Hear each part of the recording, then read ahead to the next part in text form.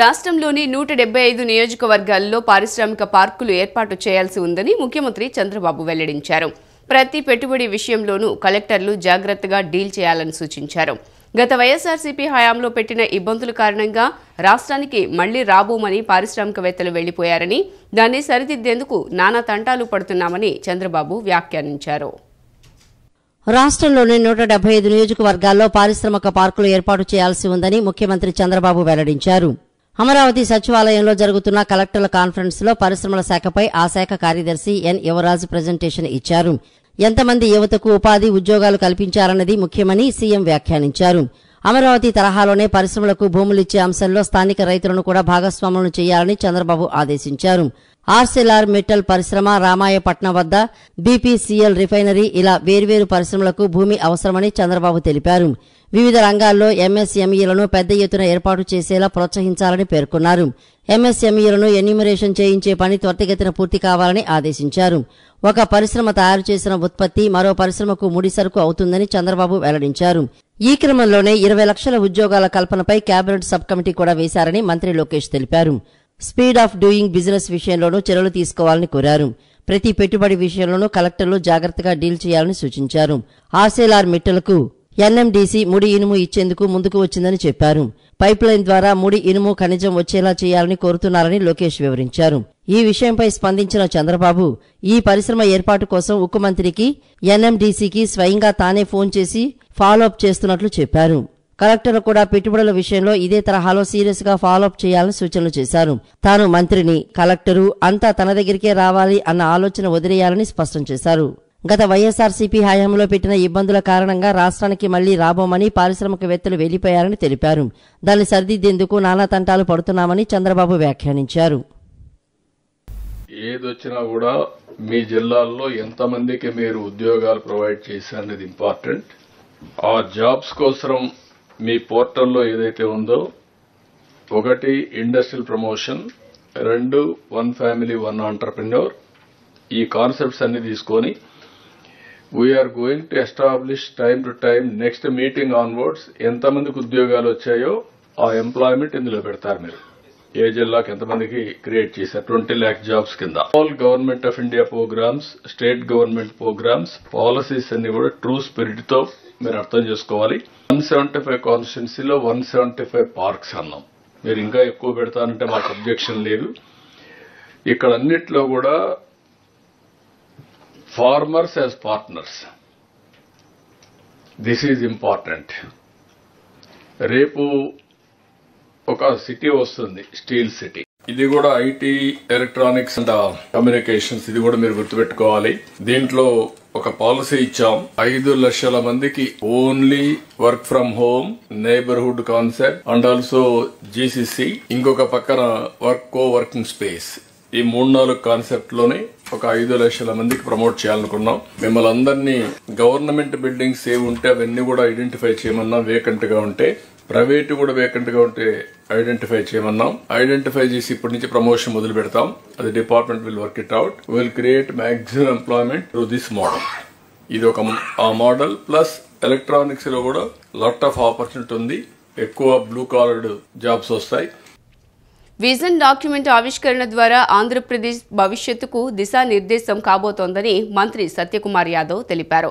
పేదరిక నిర్మూలనతో పాటు వ్యవసాయ రంగ అభివృద్ధి, ఉద్యోగ ఉపాధి అవకాశాలు వంటి వాటిని మెరుగుపరిచేందుకు రాష్ట్ర ప్రభుత్వం స్పష్టమైన ప్రణాళికతో ముందుకు వెళ్తోందన్నారు. దార్శనికత కలిగిన ముఖ్యమంత్రి, ఉప ముఖ్యమంత్రి రాష్ట్రాన్ని అన్ని రంగాల్లోనూ అభివృద్ధి పదంలో నడిపించేందుకు కృషి చేస్తున్నారని తెలిపారు. విజయవాడ ఇందిరాగాంధీ మున్సిపల్ స్టేడియంలో నేడు జరిగే స్వర్ణాంధ్ర 2047 విజన్ డాక్యుమెంట్ ఆవిష్కరణ కార్యక్రమానికి చేస్తున్న ఏర్పాట్లను రాష్ట్ర వైద్య ఆరోగ్య శాఖ మంత్రి, ఎన్టీఆర్ జిల్లా ఇన్ఛార్జ్ సత్యకుమార్ యాదవ్ గురువారం రాత్రి పరిశీలించారు. రాష్ట్ర స్థాయి ఉన్నతాధికారులతో పాటు జిల్లా కలెక్టర్ డాక్టర్ జి లక్ష్మీసతో కలిసి కార్యక్రమాన్ని విజయవంతంగా నిర్వహించేందుకు తీసుకోవాల్సిన జాగ్రత్తలపై అధికారులు, సిబ్బందికి సూచనలు చేశారు. ఈ సందర్భంగా మంత్రి మాట్లాడుతూ సవాళ్లను అవకాశాలుగా మలుచుకొని చితికిపోయిన ఆర్థిక వ్యవస్థను గాడిన పెట్టేందుకు ముఖ్యమంత్రి పనిచేస్తున్నారని అన్నారు. వివిధ విధానాలకు రూపకల్పన చేసి అమలు చేయటం జరుగుతుందన్నారు. నాయకునిపై నమ్మకంతో లక్షల కోట్ల పెట్టుబడులు పెట్టేందుకు ప్రఖ్యాత సంస్థలు ముందుకు వస్తున్నాయన్నారు. రాష్ట్ర ప్రభుత్వ స్వర్ణాంధ్ర సంకల్పంలో ప్రజలు భాగస్వాములు కావాలని కోరారు. ఆంధ్రప్రదేశ్ అంటే అభివృద్ధికి సంకేతం, చిరునామాగా నిలవడంలో ప్రజలు భాగస్వాములు కావాలని పిలుపునిచ్చారు. తన సమర్థవంతమైన నాయకత్వంతో, వినూత్నమైన ఆలోచనలతో, నిర్మాణాత్మకమైన చర్యలతో, సకారాత్మకమైన నిర్ణయాలతో ఏ రకంగా దేశాన్ని ముందుకు తీసుకెళ్లి ఎక్కడో అట్టడుగున ఉంటున్న ఆర్థిక వ్యవస్థని ప్రపంచంలోనే 5వ స్థానానికి రాబోయే రోజుల్లో 1-2 స్థానాలు తీసుకెళ్లడం కోసం కార్యక్రమాలు తీసుకొచ్చారో, అదేవిధంగా అటువంటి దార్శనికత కలిగిన చంద్రబాబు నాయుడు గారు ఇవాళ తన ముందున్న సవాళ్ళని అధిగమించి చితికిపోయిన ఆర్థిక వ్యవస్థని మళ్ళీ గాడిలో పెట్టి అన్ని రంగాల్లో అభివృద్ధి సాధించడానికి ఒక ప్రయత్నం చేస్తున్నారు. 6 నెలల కాలంలోనే ఒక మార్పును చూపించారు. ఈ రాష్ట్రాన్ని ఒక దశ నిర్దేశం చేయడం కోసం అనేక రకాలైన పాలసీలను తీసుకొచ్చి అనేక రకాల పెట్టుబడులు తీసుకొచ్చే ప్రయత్నం చేస్తున్నారు. ఇవాళ పోలవరం సాకారమయ్యే రోజు వచ్చింది, అమరావతి నిర్మాణం జరిగే అవకాశం వచ్చింది. ప్రఖ్యాత సంస్థలన్నీ కూడా లక్షల కోట్ల పెట్టుబడులను రాష్ట్రంలో పెట్టడానికి ముందుకు వస్తున్నాయి. ఇవన్నీ ప్రధాన కారణం ఏంటంటే నాయకత్వం మీద ఉన్న నమ్మకం. ఆ నమ్మకాన్ని చంద్రబాబు నాయుడు గారు కలిగించగలిగారు. అదే నమ్మకంతో రాష్ట్ర ప్రజలు కూడా ఉన్నారు. రాష్ట్ర ప్రజల్ని కూడా భాగస్వామ్యం చేసుకుని ఈ రాష్ట్రాన్ని అభివృద్ధి పదంలో తీసుకెళ్లాలని మనం అందరం కలలు కంటున్న స్వర్ణాంధ్ర ప్రదేశ్ని 2047 నాటికి నిర్మించాలని చంద్రబాబు నాయుడు గారు సంకల్పం తీసుకున్నారు. సంకల్పంలో రాష్ట్ర ప్రజలందరూ కూడా భాగస్వాములు కావాలని, మన భవిష్యత్తును మనమే నిర్మించుకోవాలని, ఆంధ్రప్రదేశ్ అంటే ఒక అభివృద్ధికి సంకేతంగా, చిరునామాగా నిలపడంలో అందరూ భాగస్వామ్యం వహించాలని కోరుకుంటున్నారు. ఆంధ్రప్రదేశ్లో రెండో అతిపెద్ద దేవాలయంగా ప్రసిద్ధి చెందిన విజయవాడలోని శ్రీ దుర్గామల్లేశ్వర స్వామి దేవస్థానం అభివృద్ధికి ప్రసాద్ పథకం కింద 100 కోట్లు మంజూరు విషయంపై కేంద్ర సాంస్కృతిక పర్యాటక శాఖ మంత్రి గజేంద్ర సింగ్ షెకావత్ను విజయవాడ ఎంపీ కేశినేని శివనాథ్ గురువారం కలిశారు. కేంద్ర మంత్రి నివాసంలో కలిసిన ఎంపీ ఆయన్ను శాలువాతో సత్కరించి శ్రీ వెంకటేశ్వర స్వామి ప్రతిమను బహూకరించారు. దేవాలయ అభివృద్ధికి ప్రసాద్ పథకం కింద నిధులు విడుదల చేయాలని, ఆగస్టులో చేసిన విజ్ఞప్తిపై త్వరితగతిన చర్యలు తీసుకోవాలని కోరారు. అమ్మవారిని దర్శించుకునేందుకు భక్తుల తాకిడి బాగా పెరిగిందని, నిధులు కేటాయిస్తే భవిష్యత్తులో భక్తుల అవసరాలను దృష్టిలో పెట్టుకుని మెరుగైన సదుపాయాలు కల్పించేందుకు కృషి చేస్తామని తెలిపారు. దీనిపై గజేంద్ర సింగ్ సానుకూలంగా స్పందించి తగిన చర్యలు తీసుకోవాలని సంబంధిత అధికారులను ఆదేశించినట్లు ఎంపీ వెల్లడించారు. ఐశ్వర్యం, ఆరోగ్యం, ఆనంద శోభిత ఆంధ్రప్రదేశ్ సాకారంగా లక్ష్యంగా స్వర్ణాంధ్ర @2047 విజన్ డాక్యుమెంట్ ఆవిష్కరణ కార్యక్రమం నేడు ఇందిరాగాంధీ మున్సిపల్ మైదానంలో వైభవంగా నిర్వహించనున్నారు. ఇందుకు ఐఏఎస్ అధికారుల సారథ్యంలో ప్రత్యేక బృందాలు పగడ్బందీ ఏర్పాట్లు చేశాయి. 26 జిల్లాల నుంచి అతిథులు కార్యక్రమానికి హాజరు కానున్నారు. విద్య, మహిళా సాధికారిత, టెక్నాలజీ, ఆరోగ్యం, వ్యవసాయం, స్వచ్ఛంద సేవ ఇలా వివిధ విభాగాల్లో విశేష సేవలందిస్తున్న వారు ప్రత్యేక ఆహ్వానితులుగా కార్యక్రమంలో పాల్గొంటారు. నగరంలోని ఇందిరాగాంధీ మున్సిపల్ స్టేడియంలో నేడు స్వర్ణాంధ్ర 2047 విజన్ డాక్యుమెంట్ ఆవిష్కరణ కార్యక్రమం నిర్వహిస్తున్నారు. రాష్ట్ర ముఖ్యమంత్రి చంద్రబాబు నాయుడు, ఉప ముఖ్యమంత్రి పవన్ కళ్యాణ్, మంత్రులు, ప్రజాప్రతినిధులు, ఉన్నతాధికారులు, వివిధ రంగాల నిపుణులు, ప్రత్యేక ఆహ్వానితులు హాజరవుతున్నారు. ఇందుకు ఐఏఎస్ అధికారుల సారథ్యంలో ప్రత్యేక బృందాలు పకడ్బందీ ఏర్పాట్లు చేశాయి. విజన్ డాక్యుమెంట్ ప్రెజెంటేషన్, స్టాళ్లు, నిరంతర విద్యుత్ సరఫరా, తాగునీటి సరఫరా, అల్పాహారం, పారిశుద్ధ్యం, రవాణా, వైద్య శిబిరాలు తదితర ఏర్పాట్లను గురువారం మున్సిపల్ మైదానంలో రాష్ట్ర పనుల చీఫ్ కమిషనర్ బాబు ఏ, ముఖ్యమంత్రి కార్యదర్శి పిఎస్ ప్రజున్మ, ప్రిన్సిపల్ సెక్రటరీ పీయూష్ కుమార్, సర్ఫ్ సీఈఓ జి వీరపాండ్యన్, అదనపు కార్యదర్శి జె నివాస్, శాప్ VC and MD Girisha PS, ఐఎన్పీఆర్ డైరెక్టర్ హిమాంశు శుక్లా తదితర రాష్ట్ర స్థాయి అధికారులతో పాటు జిల్లా collector doctor G Lakshmisha, joint collector doctor Nidhi Meena, police commissioner S V Rajasekhar Babu, Vijayawada నగరపాలక సంస్థ కమిషనర్ ధ్యానచంద్ర, హెచ్ఎం తదితరులు చర్చించి ఏర్పాట్లను పర్యవేక్షించారు. ఎక్కడా ఎలాంటి లోటుపాట్లు జరగకుండా కార్యక్రమాన్ని విజయవంతం చేయడానికి సమన్వయంతో పనిచేయాలని ఈ సందర్భంగా అధికారులకు సూచించారు. 500 బస్సుల్లో రాష్ట్రంలోని వివిధ ప్రాంతాల నుంచి ప్రజలు రానున్నారు. దాదాపు 30,000 మంది కార్యక్రమానికి హాజరవుతారు. ఎవరికీ ఎలాంటి ఇబ్బంది లేకుండా ప్రణాళిక ప్రకారం ఏర్పాట్లు చేశారు. వివిధ జిల్లాల అధికారులతో సమన్వయానికి ప్రత్యేకంగా కమాండ్ కంట్రోల్ రూమ్ ఏర్పాటు చేశారు. 500 బస్సులతో పాటు కార్లకు అవసరమైన 24 పార్కింగ్ ప్రాంతాలు ఏర్పాటు చేశారు. బస్సుల కోసం ప్రత్యేకంగా 7 పార్కింగ్ ప్లేసులను సిద్ధం చేశారు. పోలీసు శాఖ ఆధ్వర్యంలో పటిష్ట బందోబస్తు ఏర్పాటు చేయడం జరిగింది. ఎవరికీ ఇబ్బంది లేకుండా వివిధ రకాల పాసులను జారీ చేయడం జరిగింది. వివిఐపి, విఐపి, పబ్లిక్ తదితర గ్యాలరీలకు ఇన్ఛార్జీలను నియమించారు. ప్రతి గ్యాలరీకి అవసరమైన సౌకర్యాలు కల్పించేందుకు బృందాలు ఏర్పాటు చేశారు. పబ్లిక్ అడ్రసింగ్ సిస్టమ్, ఎల్ఈడి భారీ తెరలను ఏర్పాటు చేశారు. విజన్ డాక్యుమెంట్ను ప్రతిబింబించేలా 10 ఇతివృత్తాలతో ప్రదర్శనలు కార్యక్రమంలో భాగం కానున్నాయి. ఇందిరాగాంధీ స్టేడియంలో స్వర్ణాంధ్ర 2047 విజన్ కార్యక్రమానికి నేడు ముఖ్యమంత్రి చంద్రబాబు నాయుడు విచ్చేస్తున్నారని police commissioner S V Rajasekhar Babu తెలిపారు.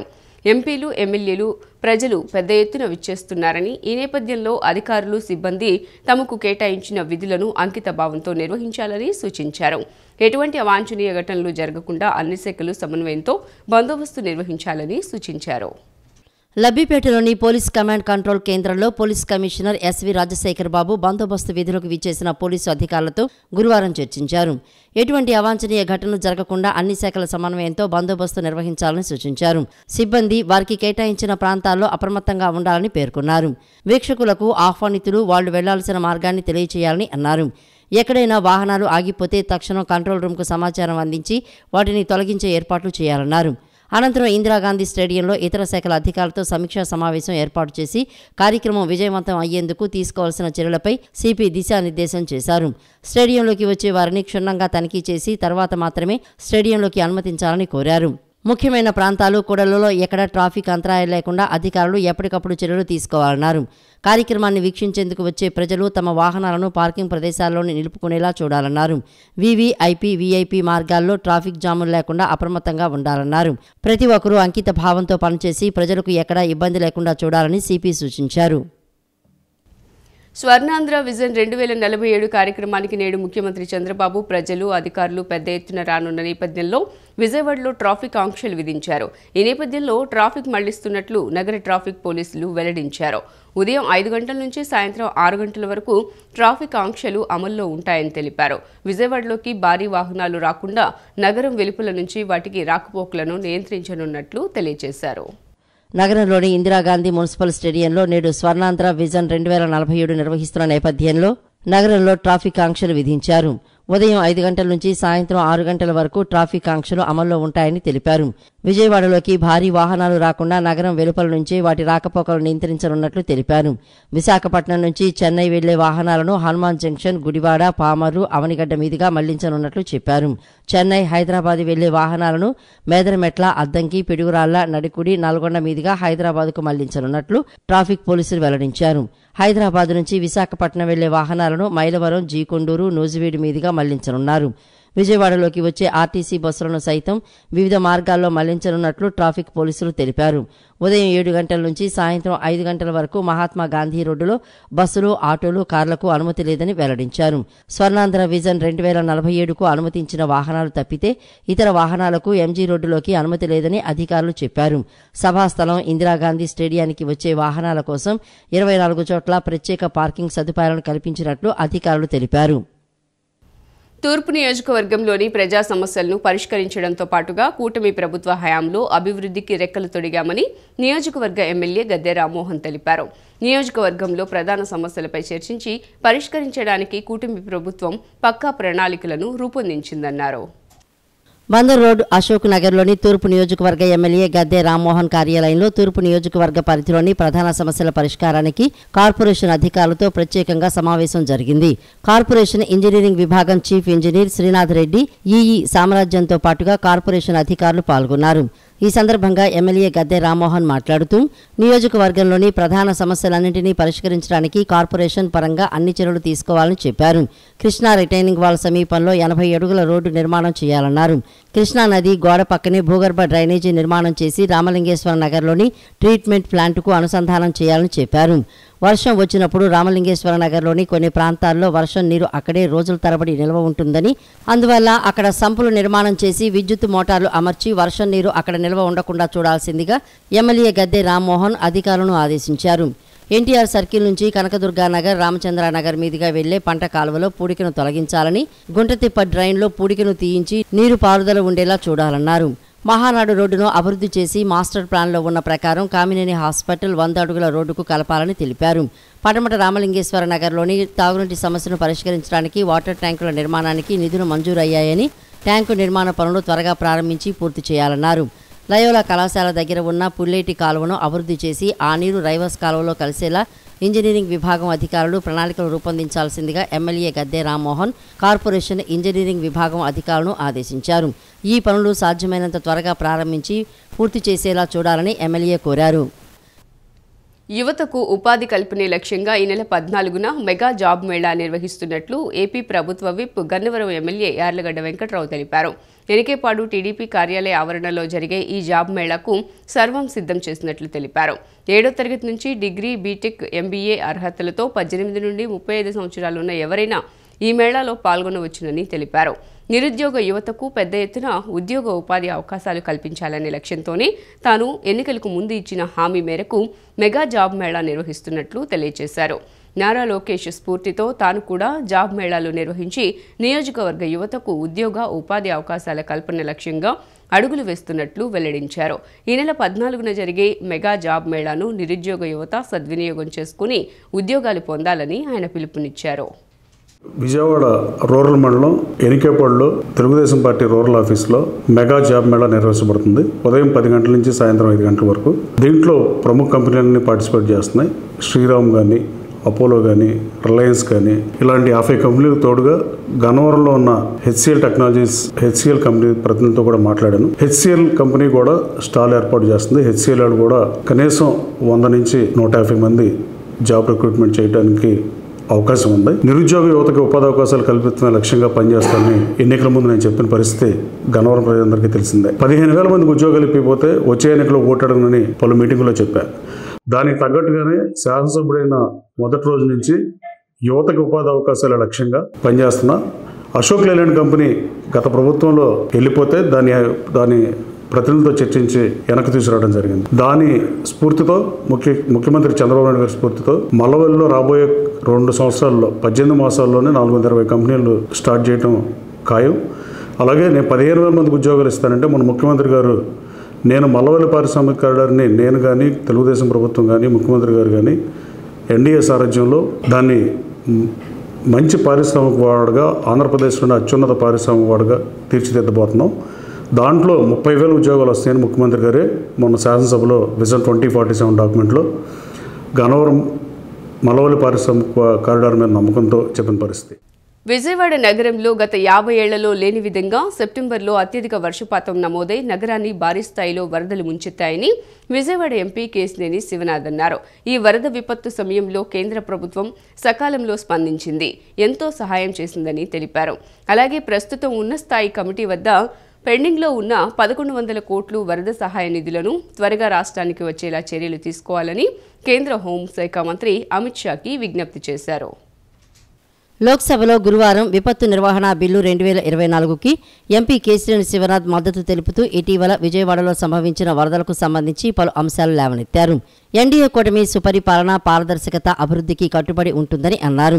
పార్లమెంటులో తన తొలి ప్రసంగం తన పార్లమెంటు నియోజకవర్గంలో వరదల కారణంగా ఏర్పడిన నష్టాన్ని పరిష్కరించేందుకు దోహదపడుతుందని భావిస్తున్నట్లు అభిప్రాయపడ్డారు. అర్బన్ డిజాస్టర్ మేనేజ్మెంట్ అథారిటీ పనితీరు మరింతగా మెరుగుపరచడానికి పార్లమెంటు సభ్యులు, ఇతర ప్రజాప్రతినిధులు భాగం చేయాలని సిఫార్సు చేశారు. విపత్తులు ఎక్కువగా సంభవించే జపాన్ వంటి దేశాల్లో ఈ విధానాన్ని విజయవంతంగా అమలవుతున్నట్లు తెలియజేశారు. The most critical amendment is the creation of urban disaster management authorities in the state capitals and cities. I come from a constituency of Vijayawada, which is an urban constituency. This was recently affected by severe flash floods in the month of September 2024. The Vijayawada floods are a combination of both natural and man-made disasters. My city witnessed highest rainfall in 50 years is the natural cause, while the previous state government's failure to desilt the river Krishna and clearing its canal is the man-made cause. Due to the previous government neglect, the people of Vijayawada were severely impacted. More than 3 lakh people were shelterless and countless hectares of the land was flooded. The victim could not be accessed in first 24 hours of the flooding. The flood relief operations was effectively managed by our Chief Minister, Honorable Nara Chandrababu Naidu Garu, who is an expert in crisis management. He used modern technologies like drones to provide relief packages, and fire engines were utilized to clean the homes of the flooded with sand and dead bodies. The Chief Minister on ground leadership ensured the immediate relief for the affected citizens. గత 5 ఏళ్లు వైకాపా నేతలు రాష్ట్రాన్ని అడ్డంగా దోచుకుని అన్ని వ్యవస్థలను నిర్వీర్యం చేశారని ఏపీసీసీ అధ్యక్షురాలు షర్మిల మండిపడ్డారు. 5 ఏళ్లు దోపిడీ పాలన సాగిందని, నేల, నీరు, ఖనిజం ఒక్కటేంటి కన్ను పడిందల్లా కాజేశారని ఆరోపించారు. ఈ కారణంగానే ప్రజలు వైకాపాను అసెంబ్లీ ఎన్నికల్లో 11 సీట్లకు పరిమితం చేశారని పేర్కొన్నారు. గత 5 ఏళ్లు దోపిడీ పాలన సాగిందని, నేల, నీరు, ఖనిజం ఒకటేంటి కన్ను పడిందల్లా కాజేశారని ఏపీసీసీ అధ్యక్షురాలు షర్మిల ఆరోపించారు. ఈ కారణంగానే ప్రజలు వైఎస్ఆర్ కాంగ్రెస్ పార్టీని అసెంబ్లీ ఎన్నికల్లో 11 సీట్లకు పరిమితం చేశారని పేర్కొన్నారు. 164 సీట్లు సాధించి ప్రభుత్వం ఏర్పాటు చేసిన ఎన్డీఏ పెద్దలు ఎన్నికల్లో ప్రజలకు ఇచ్చిన హామీలు నెరవేర్చాలని గురువారం ఎక్స్ వేదికగా షర్మిల డిమాండ్ చేశారు. ప్రజలు మీపై పెట్టుకున్న నమ్మకాన్ని వమ్ము చేస్తూ గత ప్రభుత్వ తప్పిదాలను అడ్డుపెట్టుకుని 6 నెలలు కాలయాపన చేశారని అన్నారు. హామీలు అమలు చేయకుండా ప్రజలు సంతృప్తిగా ఉన్నారని గొప్పలు చెప్పడం సిగ్గుచేటన్నారు. చంద్రబాబు 6 నెలల పాలన, మండలానికి 3 మద్యం దుకాణాలు, 3 బెల్ట్ షాపులు, అభివృద్ధిలో 3 మాటలు, 6 గ్రాఫిక్స్ డిజైన్లా ఉంది అని షర్మిల విమర్శించారు. రాజధాని అమరావతి నిర్మాణం కోసం భూములిచ్చిన రైతులకు గురువారం విజయవాడ సీఆర్డీఏ కార్యాలయంలో కమిషనర్ కాటంనేని భాస్కర్ ఆదేశాలతో ఈ లాటరీ ద్వారా ప్రత్యామ్నాయ రిటర్నబుల్ ఫ్లాట్ల కేటాయింపు ఇచ్చారు. ఆన్లైన్ ర్యాండమ్ సిస్టమ్ ద్వారా 14 రాజధాని గ్రామాలకు చెందిన 261 మంది రైతులకు నివాసం, 130 వాణిజ్యం, 113 ఫ్లాట్లను కేటాయించారు. రాజధాని అమరావతి నిర్మాణం కోసం భూములు ఇచ్చిన రైతులకు ఈ లాటరీ ద్వారా ప్రత్యామ్నాయ రిటర్నబుల్ ప్లాట్ల కేటాయింపు చేశారు. విజయవాడ సీఆర్డీఏ కార్యాలయంలో కమిషనర్ కాటమనేని భాస్కర్ ఆదేశాలతో ఈ ప్రక్రియ జరిగింది. ఆన్లైన్ ర్యాండమ్ సిస్టమ్ ద్వారా 14 రాజధాని గ్రామాలకు చెందిన 261 మంది రైతులకు నివాసం, 130 వాణిజ్యం, 113 ప్లాట్లను కేటాయించారు. తొలుత ట్రయల్ రన్ వేసి తర్వాత ప్రత్యక్ష లాటరీ ప్రక్రియను నిర్వహించారు. అనంతరం ప్లాట్లు కేటాయించిన రైతులకు ప్రొవిజనల్ ధ్రువపత్రాలు అందజేశారు. ప్లాట్లు పొందిన రైతులు వారం రోజుల్లో రాజధాని గ్రామాల్లో ఏర్పాటు చేసిన ప్రత్యేక రిజిస్ట్రేషన్ కేంద్రాల్లో రిటర్నబుల్ ఫ్లాట్లు రిజిస్ట్రేషన్ చేయించుకోవచ్చని సీఆర్డీఏ అదనపు ల్యాండ్స్ డైరెక్టర్ బిఎల్ఎస్ రామకుమారి తెలియజేశారు. సిటీ న్యూస్ ఇంతటితో సమాప్తం. తిరిగి వార్తల్లో మళ్ళీ కలుద్దాం. అంతవరకు సెలవు. నమస్కారం.